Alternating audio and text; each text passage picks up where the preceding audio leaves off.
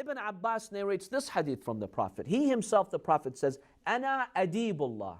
What does adibullah mean? Adib comes from the word adab. Yes, manners.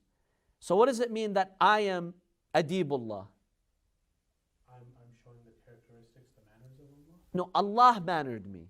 Oh. Allah raised me on these manners. You know, sometimes you see a child, he's very well mannered.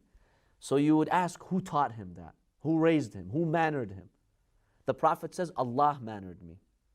Amarani Rabbi bis-sakha. Allah has commanded me to be generous.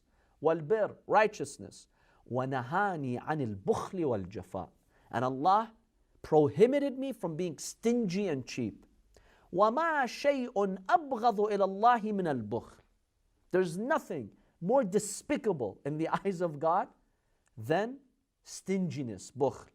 وَسُوء الْخُلُقِ. And to have bad akhlaq. We have a hadith that a generous person, eventually his generosity leads him to the path of righteousness. The person will believe. Maybe moments before the death, Allah shows them the way, they eventually believe. And the hadith says the one who's bakhil, the one who's stingy, eventually they lose their iman.